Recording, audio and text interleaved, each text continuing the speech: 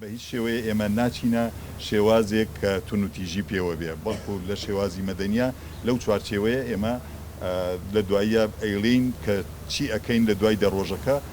کەمپینی شەفافیەت و لێپرسینەوە کە نوێنەرایەتی 50 ڕێکخرا و کۆمەڵ و سەندیکا دەکات لە بەرامبەر دواکەوتنی موچە و چارەسەر نەکردنی قەیرانەکانی هەرێم و خۆپیشاندانەکانی هاوڵاتیان یادداشتێکی نەڕەزاییان لە ڕێگەی نووسینگەی پەرلەمانی کوردستان لە سلێمانیەوە بۆ حکوومەت و لایەنە پەیوەندیدارەکان بەرز کردوێتەوە و 10 ڕۆژ مۆڵەتیان داوەتە حکوومەت تا وەڵامی داواکاریەکانیان بدەنەوە و داواشیان لێکردوون چیتر یاری بە چارەنووسی هاوڵاتیان و موچەخۆران نەکەن.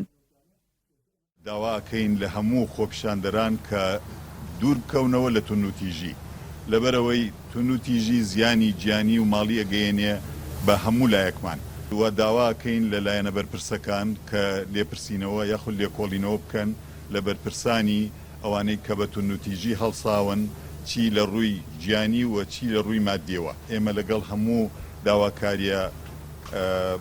داواکاریە مەشروعەکانی خۆپیشاندەرانین بەڵام لەگەڵ تونوتیژینین ئەبێ ئێمە شێواز و ڕێبازی مەدەنیانە بگرینە بەر. پەرلەمانتارێکی گۆڕان لە پەرلەمانی کوردستان باسی لەوە کرد کە پشگیری لە خۆپیشاندانی مەدەنی دەکەن و داواشی کرد حکوومەت ڕاستیەکان بۆ خەڵک ئاشکرا بکات بەڵام لەو ڕۆژەوە خۆپیشاندان دەستی پێکردووە حکوومەتی هەرێم نەیتوانیوە وەڵامێکی بڕواپێهێنەر بداتە خەڵکی کوردستان بۆیە دۆخەکە بە ئێستا گەیشتووە.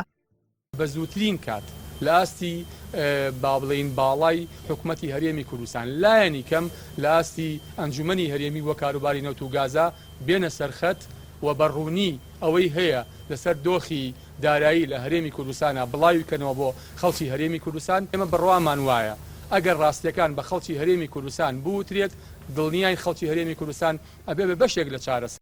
کەمپینی شەفافیەت و لێپرسینەوە داوا لەلایەنە پەیوەندیدارەکان دەکەن لە ماوەی 10 ڕۆژدا وادەی دابەشکردنی سەرجەم موچە دواکەوتوەکان دیاری بکەن و چیتر یاری بە چارەنووسی هاوڵاتیان و موچەخۆران نەکەن و پەلە بکرێت لە جێبەجێکردنی یاسای سندوقی داهاتی نەوت و غاز و چاکسازی لە هەرێمی کوردستان دەست پێ بکات.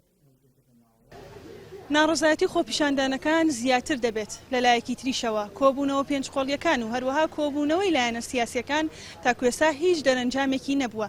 ئەم ڕێکخراوانش کە خۆک خۆیان دەڵێن زیاتر لە 50 ڕێکخراون ماوەی 10 ڕۆژ مۆڵەتیان داوەتە حکوومەت بۆ چارەسەرکردنی کێشەکان بەڵام خۆ لە ماوەی 10 ڕۆژدا قەیرانی بوجە و قەیرانی موچەی هاوڵاتیان چارەسەر دەبێت یان نە. ژاڵە محەممەد NRT سلێمانی.